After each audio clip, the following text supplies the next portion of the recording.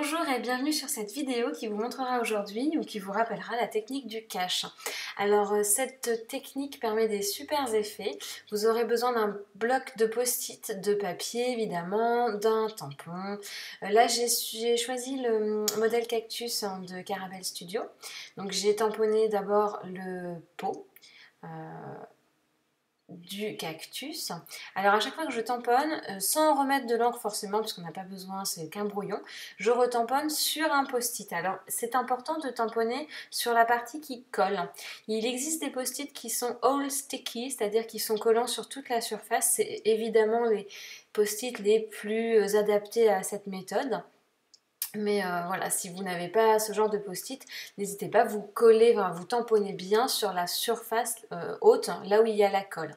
Donc je cache ma première petite partie, mon petit pot, et je viens tamponner mon cactus. C'est important de cacher déjà le pot parce que je vais faire un petit peu déborder, vous voyez, le cactus sur le pot. Donc je tamponne le cactus, je le retamponne aussitôt sur mon post-it et comme le post-it n'est pas assez grand, je le fais en deux fois, c'est-à-dire que je tamponne mes deux morceaux sur le post-it. Donc après c'est de la découpe, je vous ai un petit peu passé ce moment pénible pour certains et puis il suffit de coller sur le tamponnage du dessous. À chaque étape, je tamponne et je colle pour cacher, c'est la technique du cache, ça porte bien son nom, pour cacher le tampon fait en tout premier. Alors dans cette technique, tout ce que vous voulez voir par-dessus le reste devrait être tamponné en premier. Vous verrez un petit peu l'explication plus tard. Alors là, cette partie du cactus ne collait pas bien du tout. Et du coup, j'avais peur que l'encre passe par-dessous. Donc j'ai recoupé cette petite partie sur la partie la plus collante du post-it. Donc je cache bien tout mon tamponnage. Ensuite, je vais me mettre sur un support comme d'habitude, mon cache, et puis je vais vaporiser de l'encre sur mon papier aquarelle. Alors comme j'aime pas trop quand c'est trop foncé, je vaporise et tout de suite après, je viens avec un chiffon ou un essuie-tout enlever le surplus d'encre. Et voilà un petit peu l'effet qu'on obtient. Alors c'est important de bien sécher avant d'appliquer l'encre que je vais appliquer ensuite. Donc n'importe quel tampon de fond, vous pouvez tamponner directement par-dessus. On a le cache, donc ça ne touchera pas le tamponnage du dessous. On vient appliquer nos petits tampons. On peut ajouter également, si on le souhaite, des gouttelettes, alors soit des gouttelettes de couleur, soit comme ici, du noir, avec un pinceau plat à poil dur. Donc, vous avez peut-être vu la vidéo sur les gouttelettes. Donc je n'hésite pas surtout, alors après à chaque fois à bien sécher.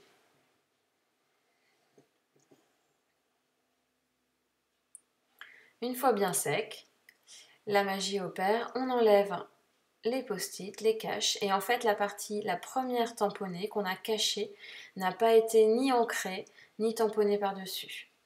Alors vous pouvez le laisser en blanc. Si vous avez un fond que vous avez ancré très foncé, c'est intéressant de laisser en blanc. Sinon, vous pouvez coloriser. Alors ici, j'ai utilisé de la Distress Oxide pour coloriser. C'était pas une très très bonne idée puisque l'oxyde avec ses pigments couvre un petit peu la Versafine. Donc voilà, la Versafine perdra un petit peu de son effet bien noir.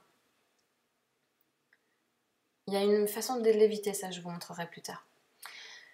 Donc voilà ce qu'on obtient. On peut également superposer plusieurs tampons, c'est tout l'intérêt de cette méthode.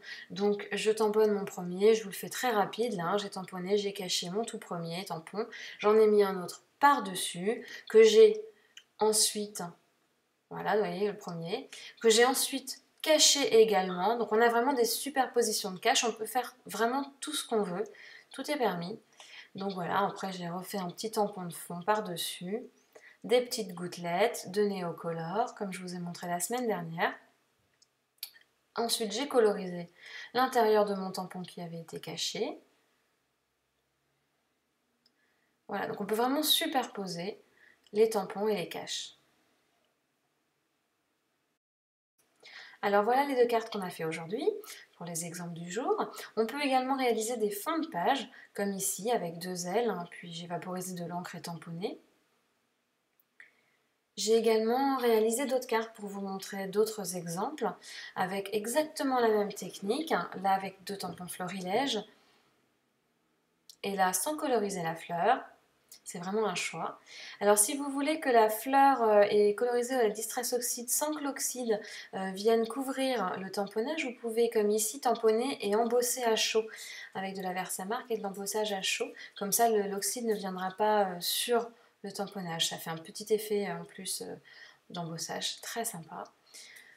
Donc voilà pour la même technique. Alors ici j'ai utilisé au moins 4 ou 5 de chaque fleur. Donc pour faire ça, en fait, sans avoir à couper 5 fois les mêmes fleurs, j'ai utilisé sur mon post-it et j'ai découpé 3 ou 4 post-it en même temps. Ça c'est complètement possible et vous avez tous vos caches en même temps pour chacune des fleurs.